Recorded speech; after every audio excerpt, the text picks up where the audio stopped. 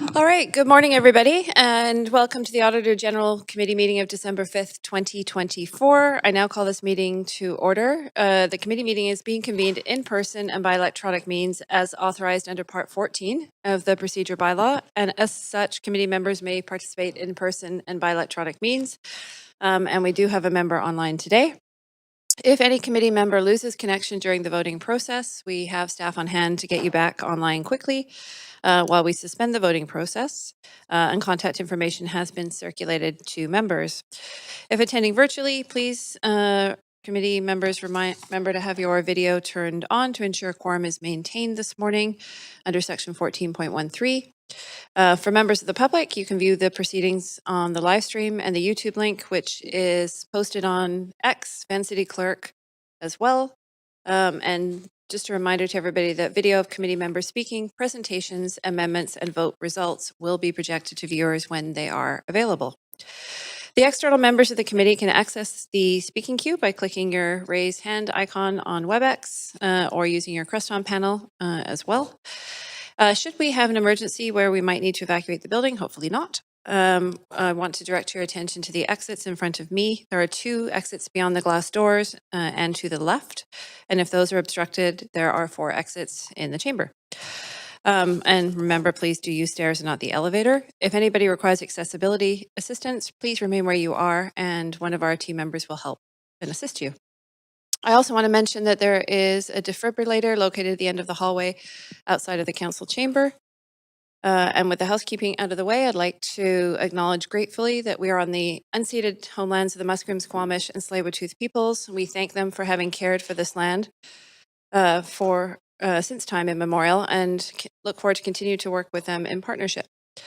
I also want to take a moment to recognize the phenomenal contributions of our City of Vancouver staff who toil every day to help make our city an incredible place to live, work, and play. So with all of that, Clerk, can we have the roll call, please? Yes, Councillor Dominato is on medical leave. Councillor Kirby-Young is in the chair. Councillor Klassen. Councillor Montague. Present. Councillor Joe. Councillor Fry. External Representative Archie G. Johnston is absent. External Representative Carol Bellringer. External Representative Sophia Tui. Present. And Auditor General Mike McDonnell. You have quorum, Vice Chair Kirby-Young. Great, thank you so much. Okay, everybody, I planned for this morning, just so everybody knows what we're doing. Any comments on agenda items can be sent to the committee using the web form on the city's WebEx. And again, that link is also available on X at Van City Clerk. I do want to note the City of Vancouver's longstanding commitment to equity, diversity, and inclusion, including the utmost respect for all genders, and remind committee members that when addressing speakers and staff, we will avoid using gendered honorifics and instead refer to the person by the first and last name, role, or title. And lastly, I remind committee members that should you bring an amendment forward, please submit it to the clerk in written form before you introduce it, and that can be sent to the amendment distribution list. Okay, so we now have 3 items on the agenda today, followed by an in-camera meeting that will commence. It's scheduled for 11 o'clock, but if we finish early, it will commence early as soon as we conclude the public component. Would someone like to move a motion to go in camera later this week? Moved by Councillor Fry, second by Councillor Joe. All in favor? Passed, carried. Okay, our first agenda item is Auditor General Committee 2025 meeting schedule, and I will invite Mike McDonnell to introduce and present the item. Thank you, Chair. This should be a brief housekeeping item. We're required to, the committee is required to have a schedule ironed out every year. It has to meet a minimum of 3 times. There's certain things that we want to discuss every year. My annual report. In February, we're going to have our first whistleblowing report since my office took responsibility for that function. And we'll have our 2 semi-annual follow-up reports in June and December, as well as a budget request in October. The committee is required to meet within 30 days of receiving a communication from me that requires a decision. That would usually be an audit report, or 20 days within 20 days of me asking for a meeting. Recognizing how busy all of your individual schedules are and how difficult it would be to squeeze in a meeting on short notice, we have placeholders there to allow for just those things to happen. If those meetings aren't required, then I'll cancel them if there's nothing on the agenda, unless any member of the committee wants to meet for another purpose. So with that, there is a recommendation for you to approve the schedule and that the dates can be canceled if the meetings aren't needed. Great, thank you very much. Are there any questions from members of the committee? Seeing none. We do have one registered speaker for this report today, and speakers should state whether they're in support or opposition of the recommendations and only speak once. And we have one speaker, as I mentioned, who is Stanley Lee by phone. Do we have Stanley on the line this morning?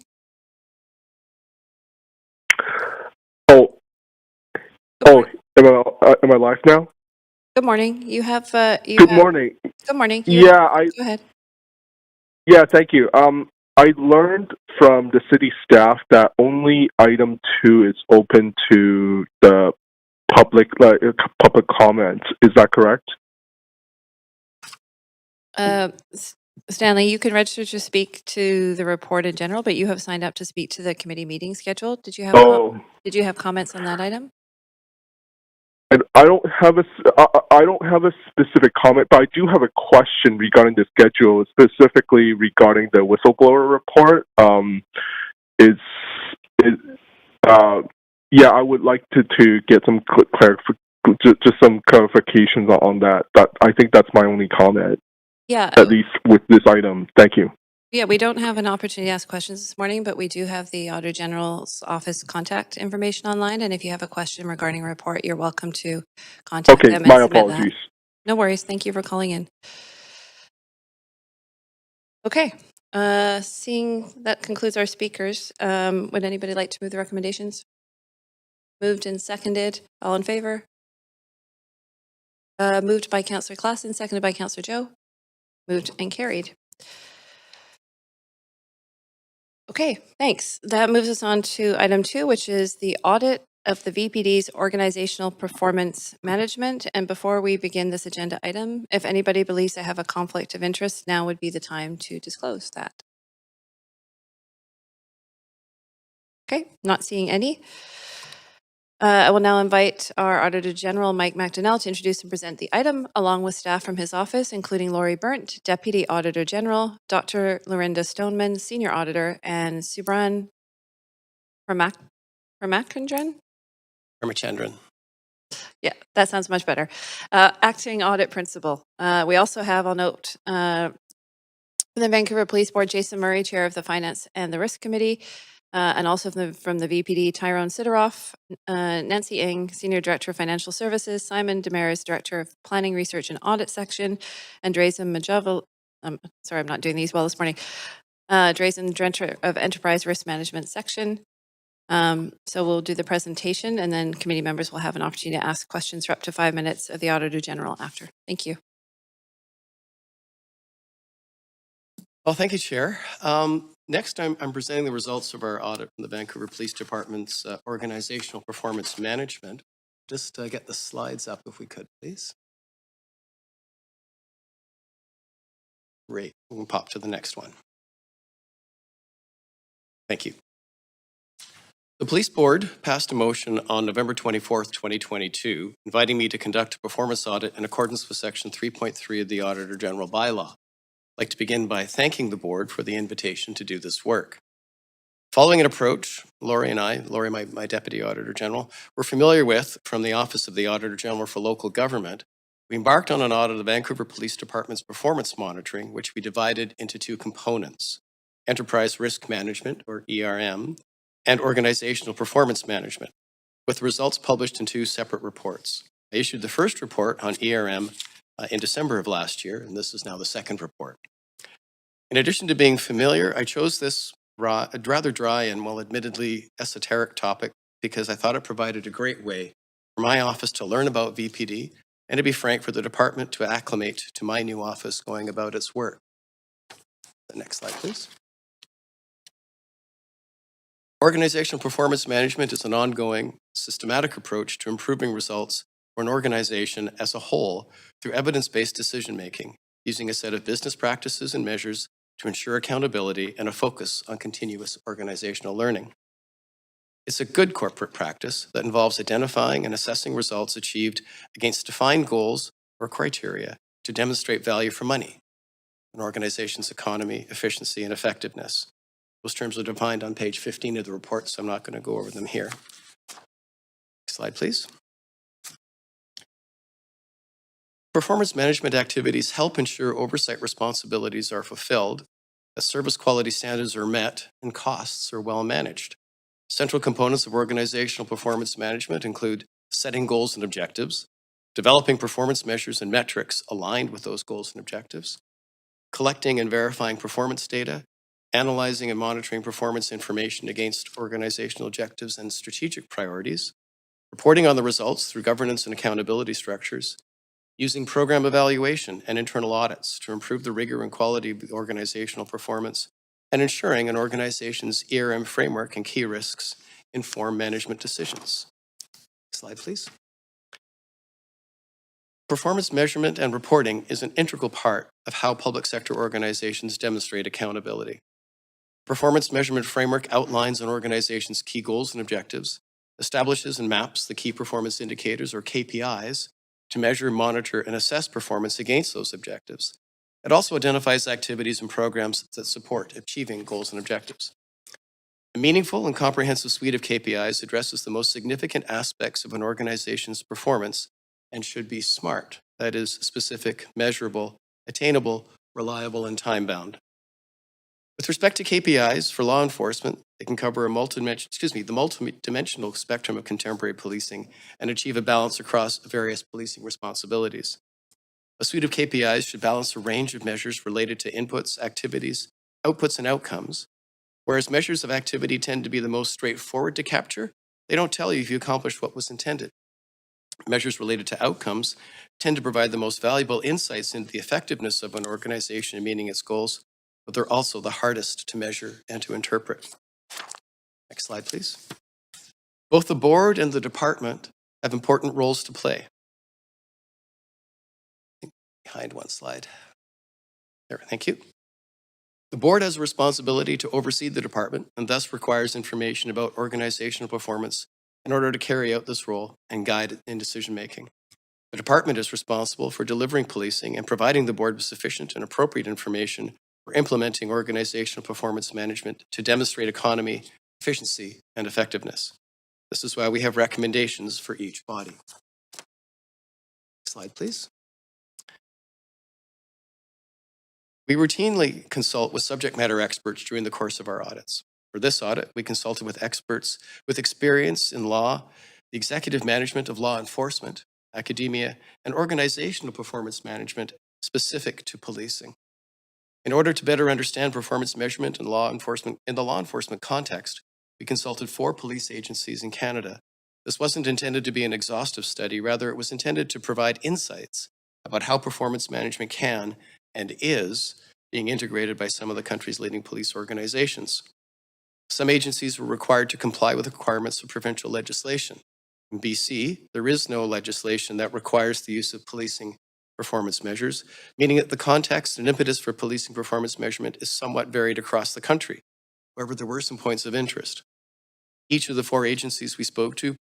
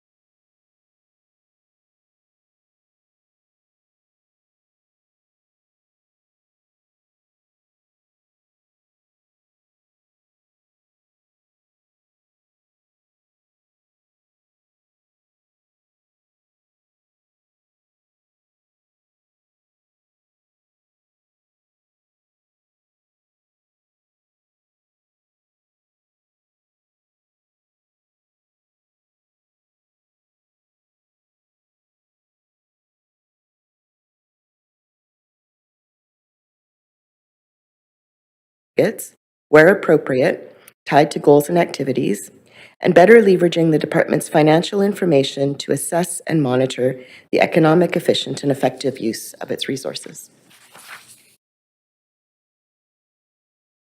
The VPD used its strategic business planning process that included an annual plan, quarterly reporting on public safety indicators, a mid-year report card, and a year-end strategic business plan report back, as well as more than 30 separate reports and processes as its performance measurement framework. However, it was missing several key components. The framework did not identify and map KPIs against goals and desired outcomes, establish how the additional reports fit into the framework, and establish monitoring and reporting against outcomes to demonstrate results. Though the activity and output-based measures developed by the VPD thematically captured the breadth and scope of its 4 strategic goals, they were quite detailed and numerous instead of focused on the most significant, relevant, and meaningful factors for assessing performance. This level of detail can be appropriate for some purposes, such as internal monitoring, but it is not an effective approach for organizational performance measurement. In general, output measures alone do not illustrate organizational performance unless standards, baselines, and targets have been established according to the organization's goals and objectives. The VPD's Public Safety Indicators Report tracked service demand and was generally reflective of indicators of broader public safety. However, it did not draw links between the data and the goals and priorities of the annual plan, or demonstrate whether the department achieved what it set out to do across each of its goals, objectives, and strategies. The VPD also contributed data on 23 performance metrics to the city, including some quantifiable targets and long-term desired trends related to traditional measures of police performance, such as calls for service, crime severity index, and priority 1 response time. The process the VPD used for target setting, monitoring, and reporting against the metrics provided to the city were not well aligned with the VPD's approach to performance management established by its business planning processes. Additionally, outside of its annual strategic business planning process, the department routinely captured information on how it used its financial resources, such as data on overtime, expenditures, and budget compliance. However, financial data was not integrated into its business planning process to assess and demonstrate the effective and efficient use of resources or overall organizational performance. An example would be assessing whether the introduction of a specific program or technology created efficiencies and targeted reductions in expenditures. Collectively, these findings lead us to the first recommendation for the VPD that it should update its approach to performance measurement by establishing a set of KPIs to assess and demonstrate the economy, efficiency, and effectiveness of its service delivery, and by establishing performance expectations. Next slide, please. Additionally, the VPD should develop processes to measure and report progress against a selection of outcomes, better leverage financial information to assess the effective and efficient use of its resources, and connects performance-related data across its reports where appropriate to help draw conclusions about performance. The department should document its KPIs and performance measures and how these indicators map against its goals and desired outcomes, as well as the processes used to track, assess, and demonstrate results in its performance measurement framework. Next slide, please. Performance reports are tools for the board, taxpayers, and other key stakeholders to assess the quality of service delivered by public sector organizations, to hold organizations to account, and to encourage meaningful dialogue. Organizations communicate what they intended to achieve and then what they actually achieved. Importantly, we found that the VPD issued public performance report backs against its annual strategic business plan that covered every strategic goal, strategy, activity, and targeted output listed in the plans. Where activities were not completed as plans or when the outputs were not achieved, the VPD included information in its reports that pointed to the missing elements, and in some cases, it offered explanatory information. However, the reports did not demonstrate whether the department's objectives were met and whether the resources were used economically and efficiently. To address the limitations with the VPD's public annual performance reports and to strengthen meaningful public accountability and transparency, our third recommendation is that the department should ensure that its public annual performance report includes reporting on actual results against planned results, performance successes and shortfalls where applicable, as well as KPIs.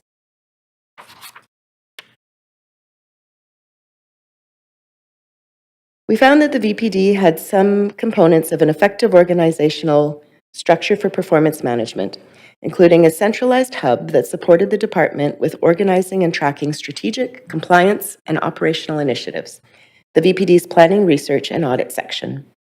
However, some of the benefits of this structure were not realized, in particular with respect to internal audit, program evaluation, and enterprise risk management. The section had an internal audit function which can provide assurance on the effectiveness of controls in place to address its highest priorities.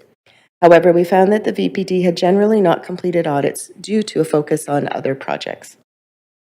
Though the VPD did undertake program evaluation projects during the audit period, the planning, research, and audit section did not have a record of the evaluations that were conducted by the department. Additionally, the VPD did not have departmental guidance that articulated when program evaluations were necessary, their requirements, and their use once completed. As we noted in our audit of the department, the board's approach to enterprise risk management, or ERM, published in 2023, the VPD did not have an ERM framework in place. In the context of performance management, an ERM framework could help to focus a performance management system on higher strategic outcomes. And I'd like to acknowledge here that the board and department agreed with the ERM-related recommendations in our first report and have reported back on the status of the implementation of these recommendations. The VPD had several well-established communication channels in place to monitor ongoing operational performance, ranging from CompStat and crime control meetings to senior leadership team meetings and executive committee meetings that served as regularly scheduled touchpoints to monitor and assess operational performance and devise responses. Next slide, please. As mentioned, the VPD also collected, organized, and analyzed a wide variety of data to compile performance-related reports. To assess the controls that the VPD had in place, we performed walkthroughs with staff for 21 reports, covering areas such as financial analysis, crime analysis, professional standards, and human resources. We found appropriate processes and controls in place for performance-related information related to financial and crime reporting. As a result of our walkthroughs, we also found that the department did not have standardized, documented, department-wide or divisional practices for collecting and organizing data and reporting numbers or for quality control. The Human Resources Unit, for example, relied on manual data extraction and used only cursory reviews to flag outliers. Manuals or process guides were not always available, meaning that staff sometimes relied on knowledge gained on the job rather than documented guidelines to produce reports. We also saw the use of manual data extraction in some cases where the introduction of simple, cost-neutral automation processes may be able to reduce processing time and improve data quality control. Next slide, please. And actually on slide 28 now. Thank you. Our findings in relation to the organizational structure VPD had in place for performance management, as well as our findings from our walkthroughs, leads us to our last recommendation. The VPD should strengthen its internal audit and evaluation capacities and should introduce process improvements where needed for the data that the VPD will leverage as KPIs moving forward. This slide concludes the presentation of findings. The Auditor General has the last slide. Cool. Skipped ahead a little bit. Could you go back to 29, please? Here we are. Thank you. The findings, thank you, Laurie. The findings and recommendations contained in this report were formally presented to the Vancouver Police Board at a public meeting held on October 31st. Through a motion passed at the meeting, the board endorsed the report's 4 recommendations and that they be included as part of my semi-annual follow-up on the status of audit recommendations. This means you can expect to receive an initial update on the status of these recommendations at our meeting in June of next year.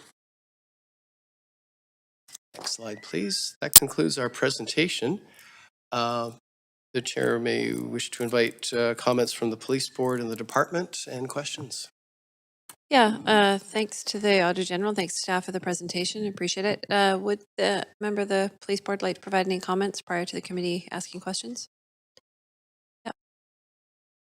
I see we have Jason Murray approaching the podium. Morning. Good morning. Thank you, Chair. I'll take the opportunity first to thank the Auditor General and his team for the hard work that they put into this report and the audit that produced the report. And as the Auditor General had just mentioned, the board recently did endorse the recommendations that were made. And as part of that, you'll see it in the Appendix B to the report itself. You'll see the response of the department and the board. Instead of reviewing in detail those responses and the action plans, I thought it would be helpful to just provide 5 observations or highlights of the audit and the police board's response to the OAG's recommendations. The first is to recognize, and this is set out in a few areas of this report, both by the Auditor General and in the response, the Vancouver Police Department is quite proficient in providing the police board with a wealth of information on regular intervals and frequently on demand. But our second point being that in order to appropriately govern the department and oversee the management of the department's performance, the police board needs to work with the department to identify appropriate and measurable performance indicators, or KPIs, and to make sure that reporting to the board is aligned with that goal, including measuring results against expected results and expected plans. As I said, you'll see in Appendix B to the Auditor General's report the responses from both the department and the board and the action plans.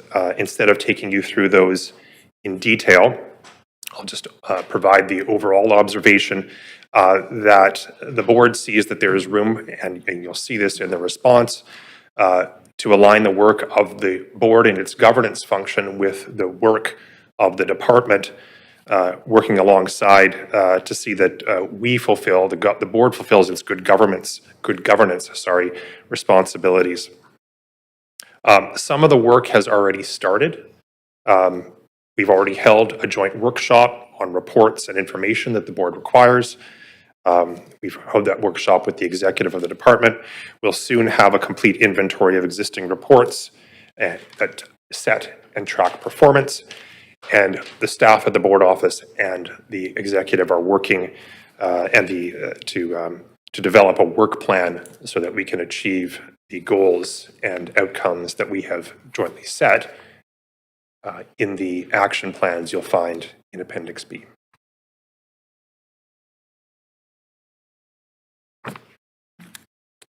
Great. That concludes your remarks.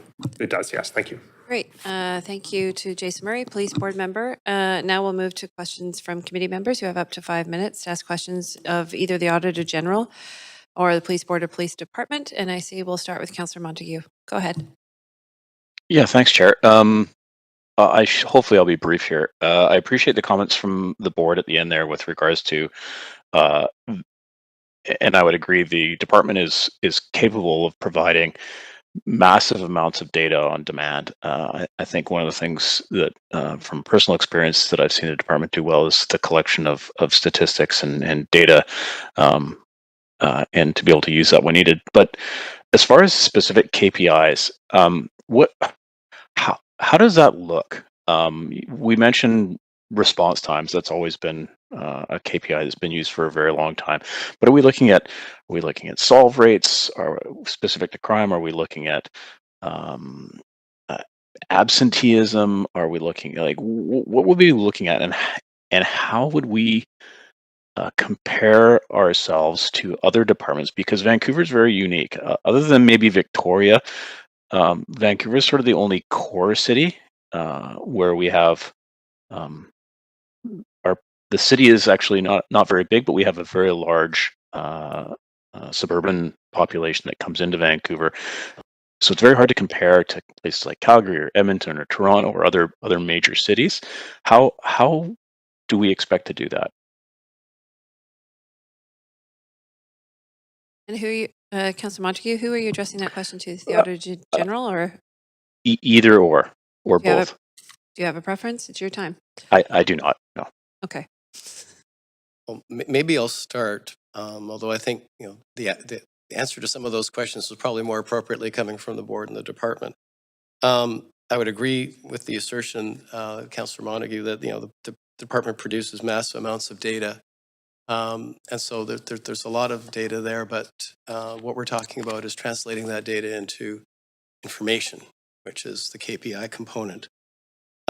Any of the topics that you discussed, crime rates and whatnot, response times, could be KPIs, and I think that's something that that Mr. Murray spoke to, that the board and the department have some work to do to identify where they want to focus their priorities and what those KPIs would be to start with. That's the last part of your question relates to benchmarking, comparing performance against others.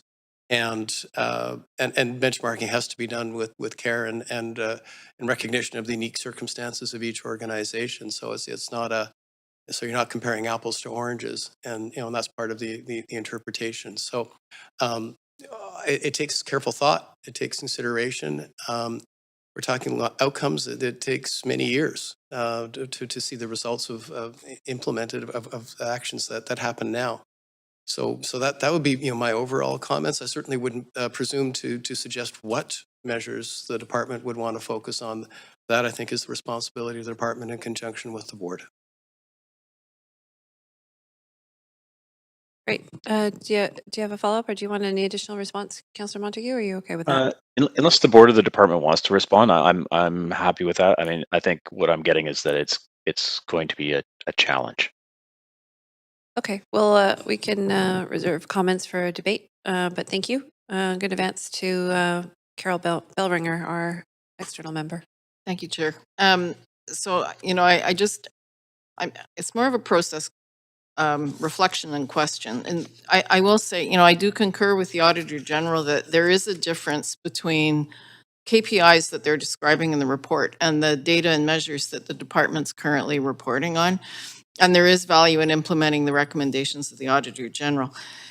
Given the length of the department's response to the report, I am a little confused as to whether they have accepted the recommendations or not. One example under page 53, there's a comment about there's a growing recognition that performance targets can be counterproductive. So that doesn't sound like it's in agreement. And I get it. It's rare that any organization loves to be audited. And I do think pushback and constructive discussions a very healthy and welcome process. But it is unusual to read as much of it in an audit report. So my question for the department is, why was your response so long? And just in relation to that, would you say you had a healthy discussion with the audit team? And was the audit useful to you? Hello, good morning. Superintendent Tyrone Sidoroff here for Vancouver Police. So just to address your first question, so absolutely the VPD acknowledges the OAG recommendations, and we accept each recommendation in the report, 3 for Vancouver Police, and we did add some comments as noted in the final response. But most importantly, we will work with the board and take direction from the board to implement each of those items in the action plan, so absolutely. As far as the discussions and the VPD's response, I will say that the VPD did have a robust discussion back and forth with the auditors through this process, and we appreciate that. We'd say that this was reflective of a limited time frame for the audit, which restricted what the OAG team was able to look at and consider as part of its assessment. So as a result, the OAG audit does not offer any context around how the VPD's current performance management framework builds upon or evolved from earlier VPD work. However, we recognize that that's part of the agreed upon specific time frame inherent with an audit. So moving forward, we will, like I said, very imperative that we work with the board and understand which KPIs, how are they going to tie into our strategic plan, and how we're going to move forward with each action item. Does that answer your question? Yes, thank you. I'm just wondering if the Auditor General wants to add anything. Really, for me, the important part is, Carol, that the recommendations have been accepted and that there's an action plan going forward to bring them into place, and the rest of it's just discussion. Great. Thank you, Carol Bellringer. Next up is Councillor Klassen. Go ahead. Thanks very much, Chair, and thank you to Auditor General for this report and response to the board. I've just got questions for different groups here, representatives. So first to the Auditor General, was there, as part of your toolkit in terms of approaching this, as you describe, esoteric subject matter, were you able to do any kind of jurisdictional comparison in terms of other forces? Well, we did, as I mentioned in my comments, we did speak with 4 other departments across the country, Ontario, Manitoba, and to learn how they're doing this. And, recognizing that there isn't agreement across departments in the country as to what priority measures should be. There aren't a lot of benchmarks out there. It's been talked about for a very long time. For as long as I've been involved in this area, it's been a topic of discussion, so that's over 25 years.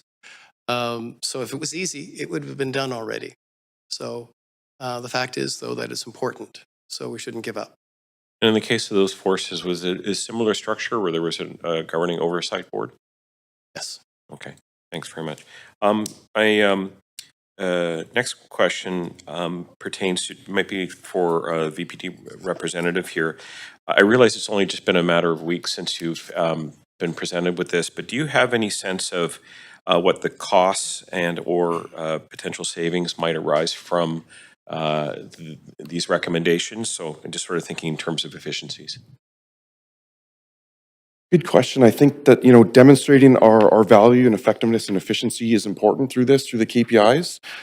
As far as efficiencies that come out of this work, I think it really depends on what KPIs are agreed upon here and what action items stem out of that work that we're going to be doing with the board through 2025, and then reporting back to the OAG and the team and council here moving forward.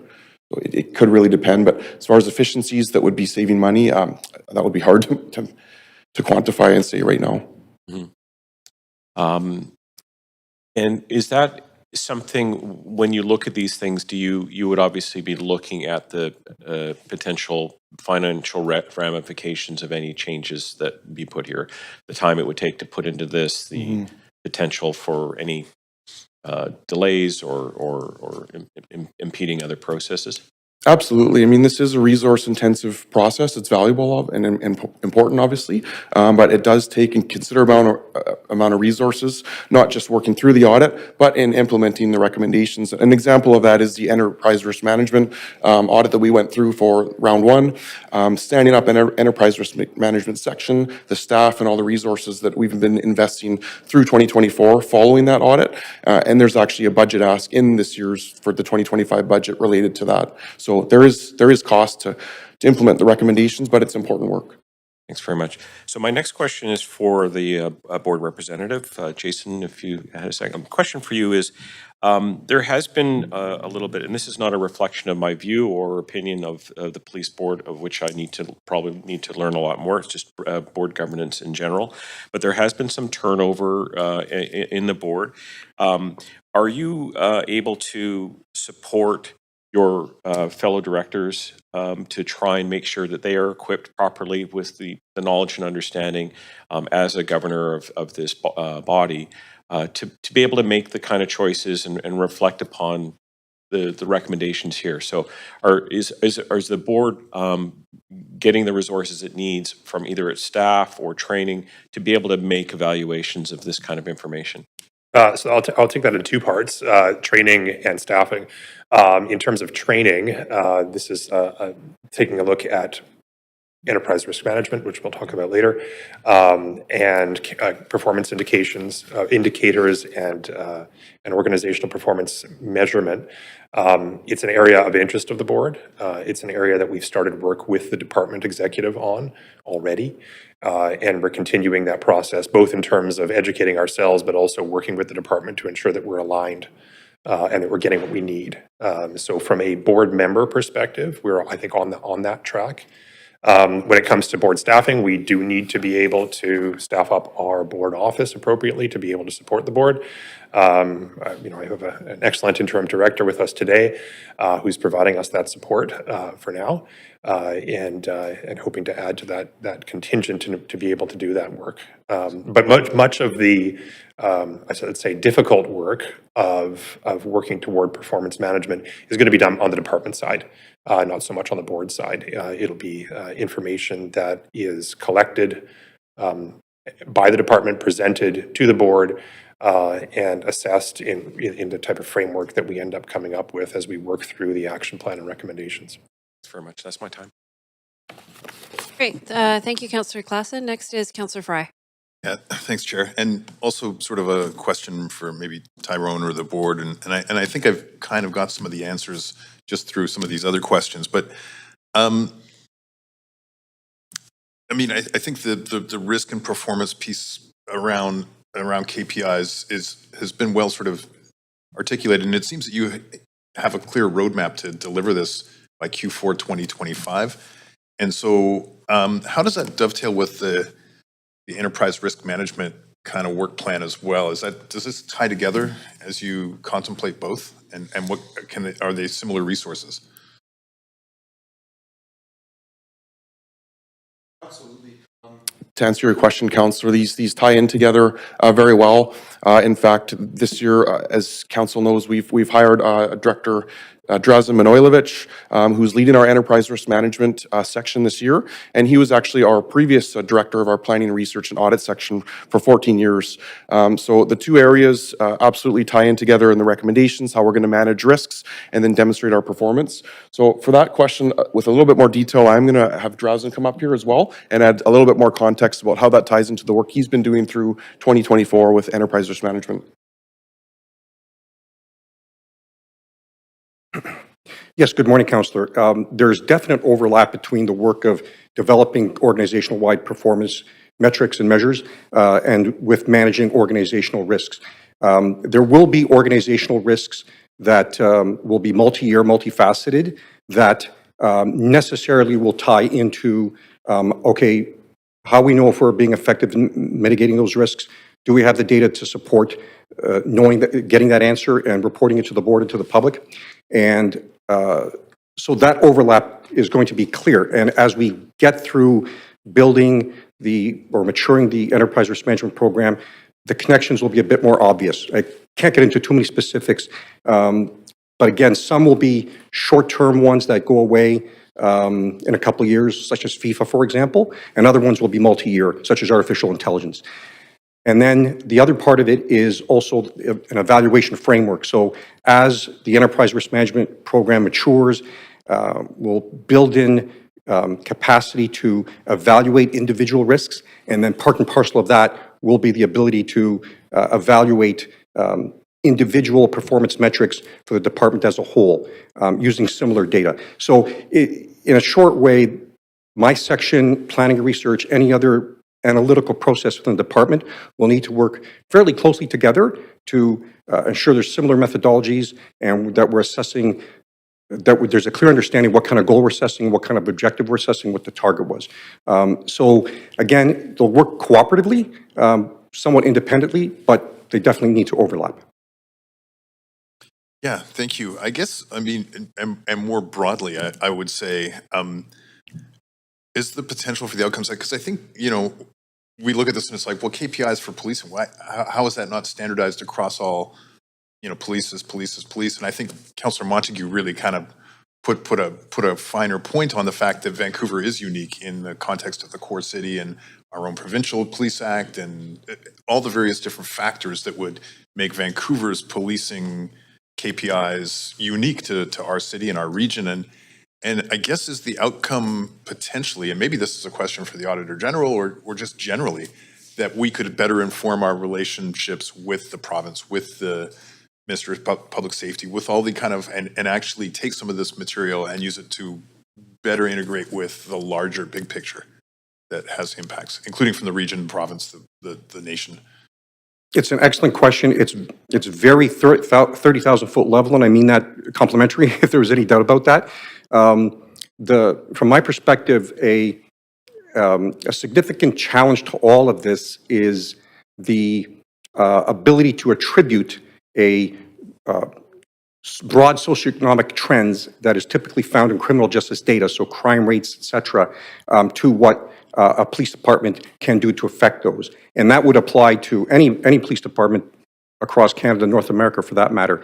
So I don't really have an answer to your point about bringing it up to that level involving provincial government, other entities, but it is fundamentally one of the challenges of developing performance metrics. And just as an aside, before I came to BC, I worked in Ontario and I was the representative for the Ontario Association of Chiefs of Police with a provincial committee on developing police performance metrics. And then I joined the province and I was their representative on that committee just from their side. So it is, quite Councillor Fry difficult. is at time. Sorry. But thank you. Appreciate that. Sorry, Councillor Fry. Councillor Joe. Yeah, thanks, Chair. Thanks, Auditor General, for this report. So some of my questions were asked, but I have some follow-up questions regarding the jurisdiction comparison. I think you mentioned there are 4 jurisdictions. You did some environmental scan. I'm just wondering if there is a best practice, in this particular policing areas about these KPIs. Do you know that? Are you aware of anything like that? Well, thank you for that question, Councillor Joe. And our purpose in speaking with these departments was to learn what they do as opposed to try to establish what a best practice was. To the best of our knowledge, there actually isn't a commonly understood best practice for performance measurement in policing. Okay, thank you. Other questions for the Vancouver Police Department. So I think one question is, regarding, establishing a KPI, which is very important. And the next step is also establishing some well-established target and benchmark so we can measure our performance against that. And, for some continuous improvement. Do we have any plan for that in terms of set up the target? Good question, Councillor. Previously, we did have targets at the Vancouver Police, and we moved away from them. Not necessarily targets that would be reflective of our performance. It's something that's part of our discussions in the action plan with the board. It has been said today that we have a lot of data at our fingertips. We're intelligence-led, data-driven. But as far as the targets, historically, we did move away from them. I might actually bring Drazen back up for this one again. He was prepared to talk about that and the history and how the VPD actually had targets previously and then moved away from it during his tenure with planning, research, and audit. So Drazen was actually prepared for that question. That'd be helpful. Drazen. Thank you. I'll try to be brief. Okay, In the board instructed the department, and in our strategic plans from 2008 to 2012 and 2012 to 2016 to have targets for violent crime, property crime. And I think in the 2008 one, there was also motor vehicle collisions with injuries. Around 2014, 2015 is when I think the opioid crisis really emerged. And one of the side effects of that was an explosion in theft from automobiles. So people having property stolen from their vehicles. There was about a 3-year period where every year that went up about 30%, that individual crime measure. And in fact, there was a year where if theft from autos had not changed at all, property crime actually would have gone down. And it was only that specific property crime metric that went up. And our board realized that despite the department's best efforts, we had public safety campaigns, we had crime analysis that was showing us where, even what parking lots vehicles were being targeted, and we had investigative techniques to follow around the most prolific property theft from auto offenders. Despite all those efforts, it kept going up. And our department, or our board realized that the driver of this was a broad socioeconomic factor that was leading to this increase in crime, despite the department's best efforts. And the board made a decision leading into the strategic plan of 2017 not to have targets because they weren't really attributable to what the department was doing. But the board was clear that we wanted to measure at least activities and inputs. What are we doing? How much of it are we doing? Quantify our efforts as much as possible, but do not get, I'm going to use the word fixated, I don't mean it that way, but don't get overly concerned about having a target. Yes, we want all those, we want property crime to go down, we want violent crime to go down, we want less victims, we want a safer community, we want less collisions, faster response time. We knew what the trend was, we want to quantify all that, but the board moved away from insisting on having targets in the strategic plan as a result of that experience. Okay, thank you so much. That's really comprehensive response. So the other question I have here is also for Vancouver Police Department. So I understand there is a very a strong analytic department within the VPD. Can you elaborate more about that and what other work they are doing related to this work? Absolutely. I mean, the amount of data that our department captures, cross-sectional in all three of our divisions, as noted within the work here and on the discussions here with Council Montague, and there is a lot of significant data at our fingertips, and we have been historically data-driven and intelligence-led. So it's in our analytics as far as crime. It's in our business side as far as our financial reporting and data. It's in our personnel services as far as our HR, recruiting, hiring, and that data is everywhere. And we have that in different divisions and different areas that's available to be informing the action plan. Absolutely. Thanks. That's my time. Thanks, Chair. Thanks, Councillor Joe. I'm going to take the opportunity to ask some questions myself, and I'm going to direct mine to Jason Murray from the Police Board. My first one is, and I'm reflecting on some of the Auditor General comments around the intention being where objectives met, and I quote, where resources used economically and efficiently. And the biggest resource that the Vancouver Police Department has is its people, and the biggest expenditure in terms of officers and time. So I'm wondering if in its contemplation of the findings of this report, if the board will be looking at how the human resources are used and specifically models around incurring of overtime, how we protest or how we police protests, how the VPD's practices, for example, might compare to other police departments in that regard. The chair has been reading my handwritten notes. I was going to observe and in response to your question, Chair, the type of performance or the areas of performance that can and perhaps should be measured is broad. And we've had some questions, and you've heard some information from the department as well about more specifically police-centric or policing-centric or public safety-centric performance measurement and performance indicators. But the department is large. It employs many people doing a lot of good work. And there are two particular areas that don't necessarily fall directly into policing, human resources being one of them.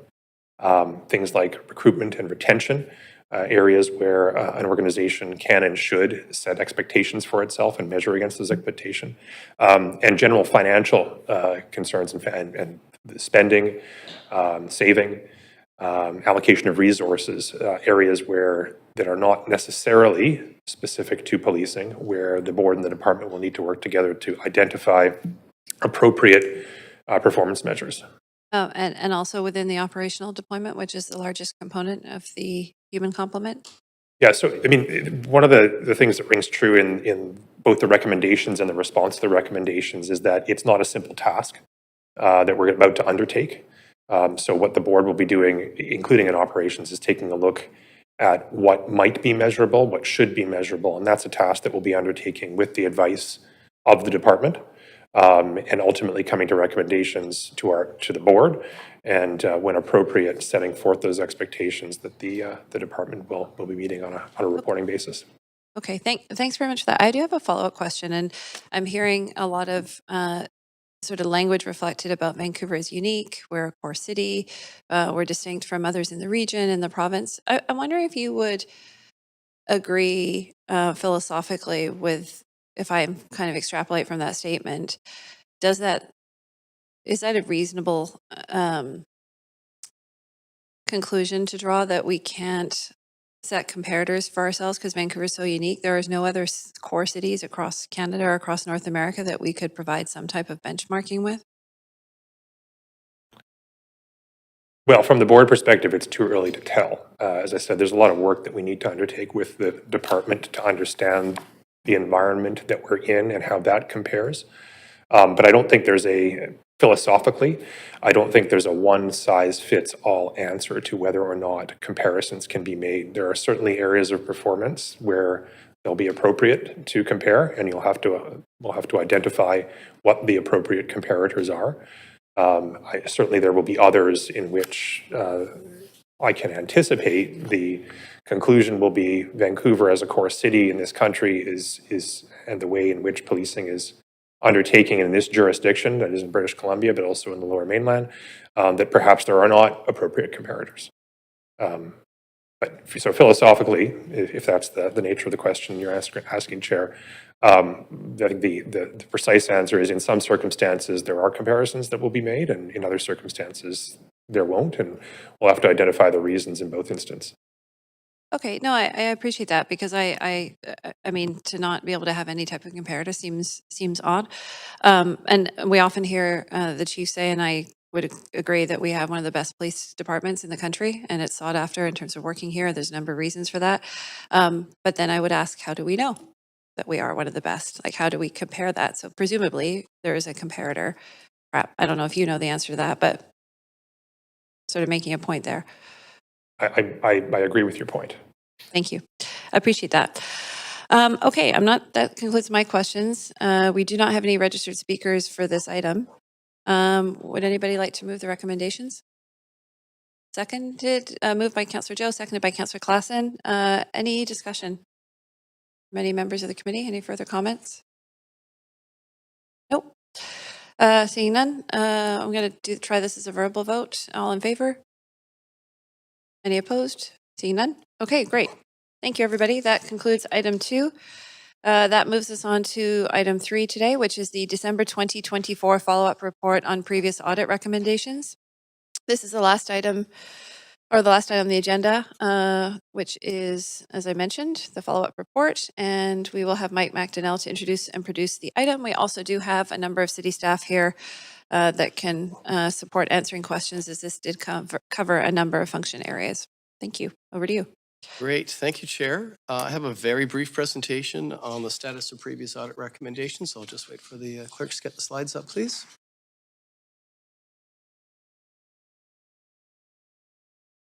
And we just pop right on to number 2. Thank you. Where my audits identify opportunities for improvement in the economy, efficiency, and/or effectiveness of the city's operations, I make recommendations aimed at addressing root causes. As Auditor General, I quite appropriately have no ability to compel the city to implement my recommendations, but I do ask Council to endorse them because they do. And consistent with that approach, this committee's terms of reference, section E6, require it to follow up on the status of audit recommendations. This report is the 3rd semi-annual publication to allow you to do just that. I ask City Management to provide, in their own words, an update on the status of the audit recommendations contained in the 7 audit reports issued by my office in 2022 and 2024. 2023 and 2024. As representations of management, I provide no assurance regarding the completeness or accuracy of these statements. Instead, I invite you to consider whether City Management's plans to address audit recommendations are appropriate and whether the reported progress to date is adequate and plausible. City Management is here to answer any questions you may have. This committee's terms of reference allows it to ask for evidence. That's up to you, and if you feel it's appropriate. If you do, I'll be happy to facilitate any such request. Next slide, please. Audited departments were asked to self-assess the progress under 4 categories: fully or substantially implemented, which I feel self-explanatory; alternative action taken. Taking action is both management's responsibility and its prerogative. If management can find alternate approaches that address the issues underlying a recommendation, consider this both appropriate and a success.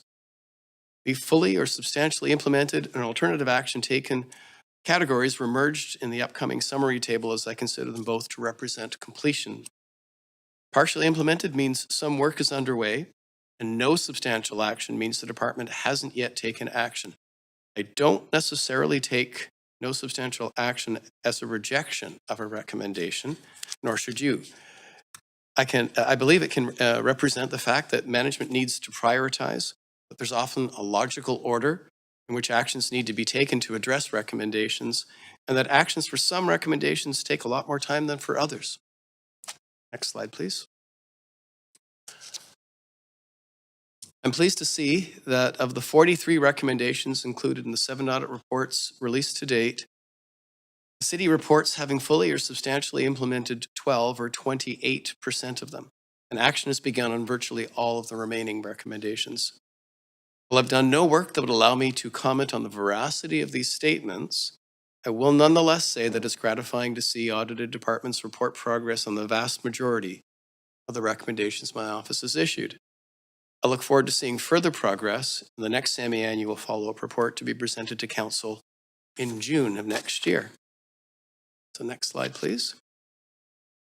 So that's the end of my prepared remarks. I would ask the committee to adopt the motion above. However, before we do that, we have several representatives in attendance today, so perhaps this would be a good time to ask them any questions that you may have. I know a number of people came in while I was speaking earlier, so I don't have a full list of who's behind me. Great. Thanks so much. This is a chance for committee members to ask questions. We don't have any registered speakers, so we'll go straight into questions. And Councillor Joe, you're up. Yeah, thanks, Chair. So I just have a very quick question here, Auditor General. So, I think every year you present a report about the return of investment about this office. I'm very impressed by this number. So based on this report, 28% has been complete. Have you, quantified, or are you able to quantify what are the economic benefits about all those recommendations being complete? Yeah, my last update I presented to you in October with my budget request, and we'll have an updated one in my annual report, which will be coming out next month.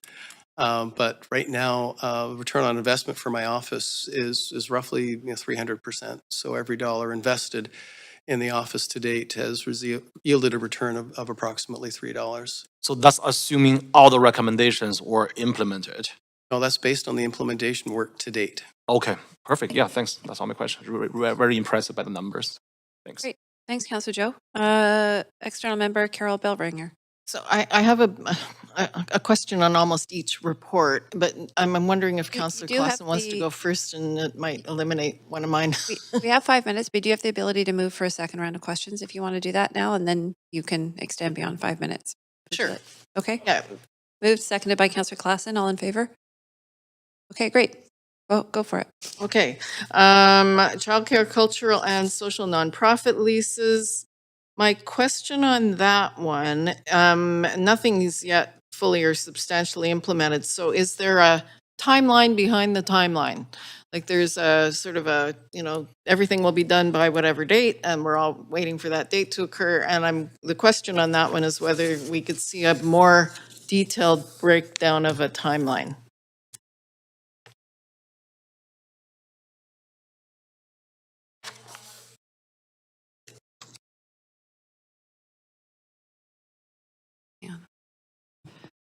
Okay, there we go. Is the mic on now? Yep. Great. Thank you for the question. Margaret Whitkins, General Manager, Arts, Culture, and Community Services. With the audit having been completed in June of 2024, that was when we formally responded to the recommendations. We have developed plans against all of the actions that were part of the management response. And so we can certainly accept that feedback in the subsequent reporting periods if we can provide a more granular timeline.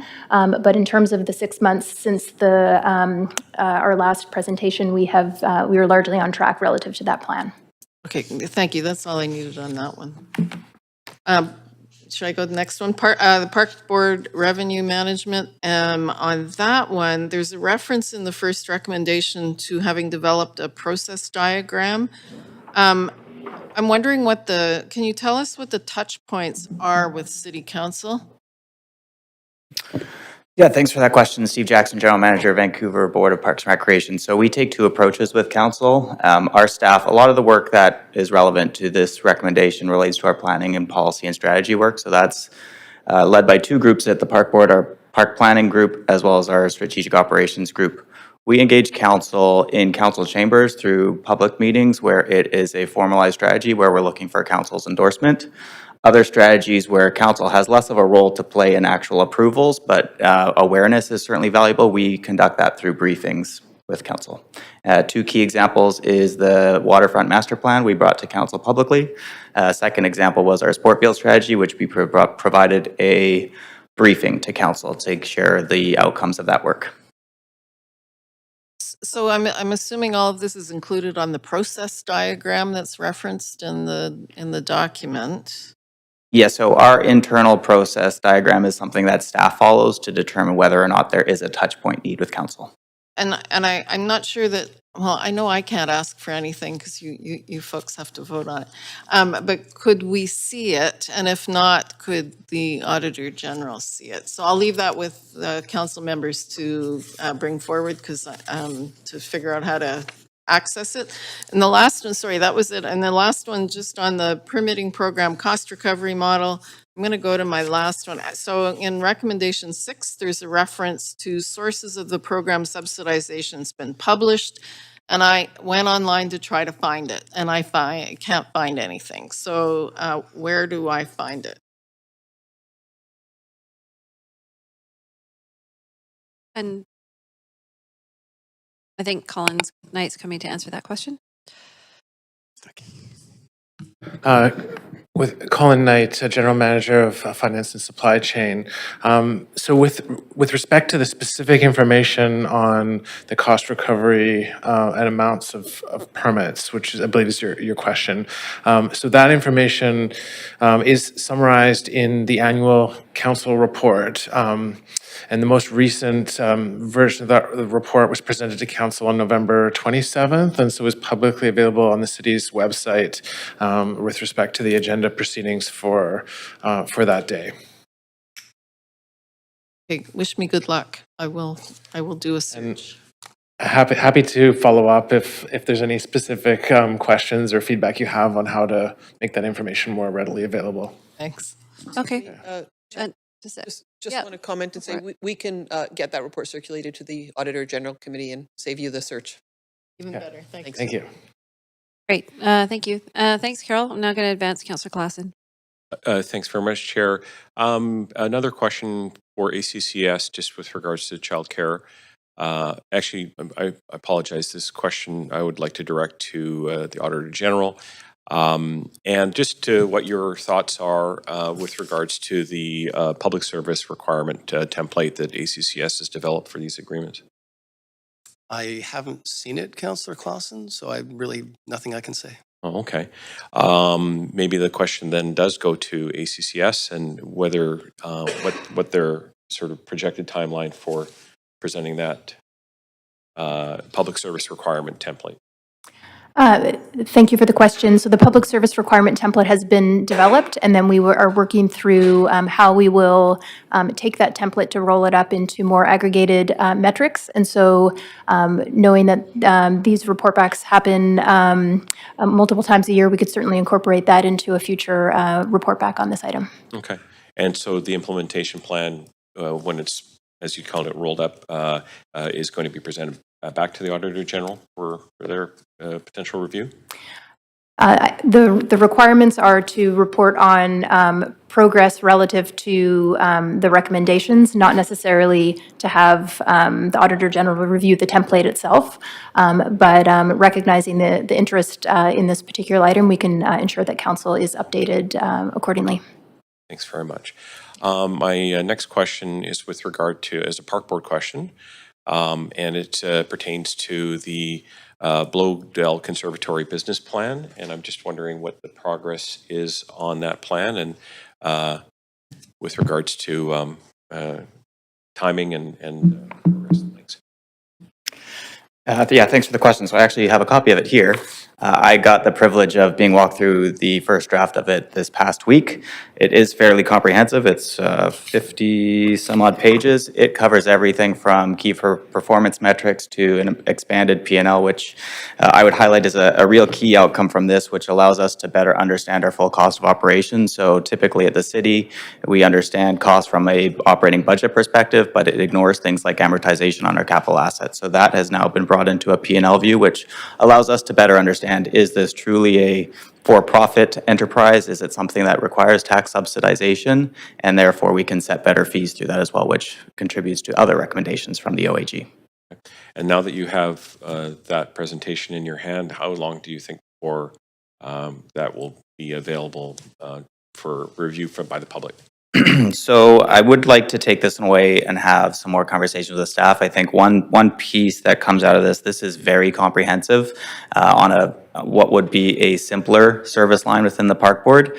My concerns are doing this for every service line could be a lot of work. So we may need to pare this down to get where we want to be faster across the services at the park board. And once we've figured out what that right balance is between work level and outcomes and benefits received, I think we would be in a position to share this with the public. Okay.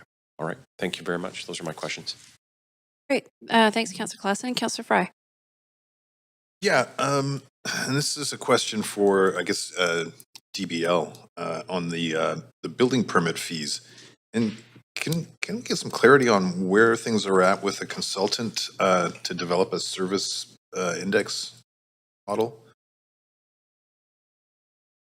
Thank you for the question. Corey O'Kell, General Manager, Development, Buildings and Licensing. We just signed the contract with the consultant yesterday, and they're starting to undertake the work. And we expect in Q1 to be able to report back. Amazing. And do we imagine this will come in with more recommendations around streamlining some of our licensing process? I know you've been doing a lot of that work already, and it's been fantastic. Do you feel that this will further enhance some of those sort of categorizations and licensings?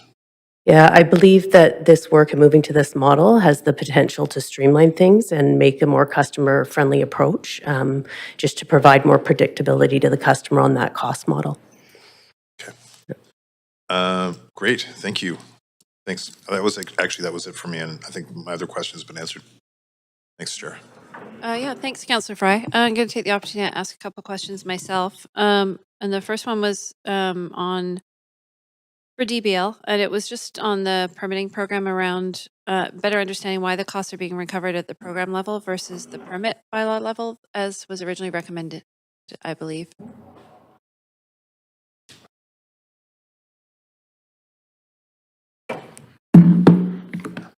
And sorry, the question specifically around the development permit. It's the permitting program cost recovery model, and Yes, it's that piece of it. that would be me. Yes, and so, and again, the model is outlined, and we'll send the link to that report. But specifically, what was the question on the model? Just wondering why the costs are being recovered at the program level versus at the permit bylaw level. Yeah, and so that is outlined in the policy. Essentially, the reason being is that the costs overall are high in the rezoning stage, which would essentially front load costs. If fees were set in accordance with the cost at each stage, then the rezoning permit costs, which are earlier in the process, would be more expensive than they currently are, and that would have impacts to the viability of development costs, essentially. And so, by taking a program approach, what we can do is look at the costs over the life cycle of the program and make sure that those costs are apportioned in a way that doesn't adversely impact the development. Would just to better understand that, wouldn't Yeah. the applicants be paying those same costs just over time, just in a different point in the process? The same applicants be paying the same That's costs? correctly. That's how the program, the cost recovery at the program level takes that view, as so Right. that they're paying the same amount over time, but it's at varying stages throughout the process. Okay, so I just want to better understand this. So if I'm the applicant, I have a development, I have to put these costs into my pro forma. My pro forma has to work for me to do that project. Mhm. Are you saying it's simply the timing of costs, and is that potentially a billing issue versus how we recover costs issue or a timing? So it goes beyond that in the sense that in the development process, costs that are incurred, the timing of the cost does impact the viability, because at certain stages, based on the financing models for those projects, it can be more challenging to finance costs earlier on in the development process. Whereas if it is more spread out in time, so it's beyond just billing and timing of billing. It impacts the viability of performance. Okay, so the same applicant's paying the same cost, city's receiving the same revenue. It's just a question of how it's tracked. Yes, how it continues over time. Correct. Okay. Great. Okay, thanks. I'm going to leave it at that. Okay, thank you. Councillor Claassen. Yeah, thanks, Chair. I just have one more question for our police board representatives, just with regards to the enterprise risk management recommendations. Has there been any update, further updates to this recommendations, as there's no comments in the report that have been provided? Thank you, Councillor Klassen. I'm glad you asked. What you have in front of you in the Auditor General's package that he provided you is just brief check marks. We, at the board, undergoing some staffing changes, didn't have the opportunity to provide fulsome information. Not wanting to run the timeout, I'm happy to address each and every other recommendations and actually provide comments if that would be helpful. Sure. I only have a minute left, so you'd have to be pretty fast. Yes, well, I'll speed read. In June, the board approved the department's high-level risk management plan, the risk management categories, and risk appetite statement. The board has already started undertaking training in ERM.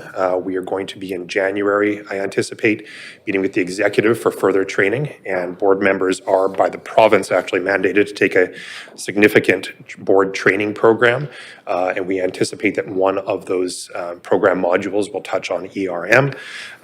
We have been working with the department on an ongoing basis through our finance committee to oversee the work that the ERM section is doing. And our next step as a board is to formalize the work that we have been doing already informally on an ongoing basis with the ERM section. So there has been quite a bit of progress that we unfortunately were unable to meet a deadline to include in the written materials, but I hope this, at least for now, suffices, and expect that the next time we're in front of council and the committee, you'll see more. Okay. Thanks. I'll follow up on that. Well, don't go away. Just on Councillor Klassen's comments. So you said there wasn't time yet, but will that information be subsequently shared with the Auditor General and with Council, or how will that information be? I'll speak only for myself because I don't have direction from my committee or from my board, but my desire is to be able to report back in writing to the Auditor General within the next few days with a little bit more elaboration on what I just presented orally. Great, thanks. And then one other quick question, and that was, I know if I recall correctly at the last meeting when we discussed the ERM, that the department indicated it anticipated seeking external expertise in this area, and did that happen? And how did that go?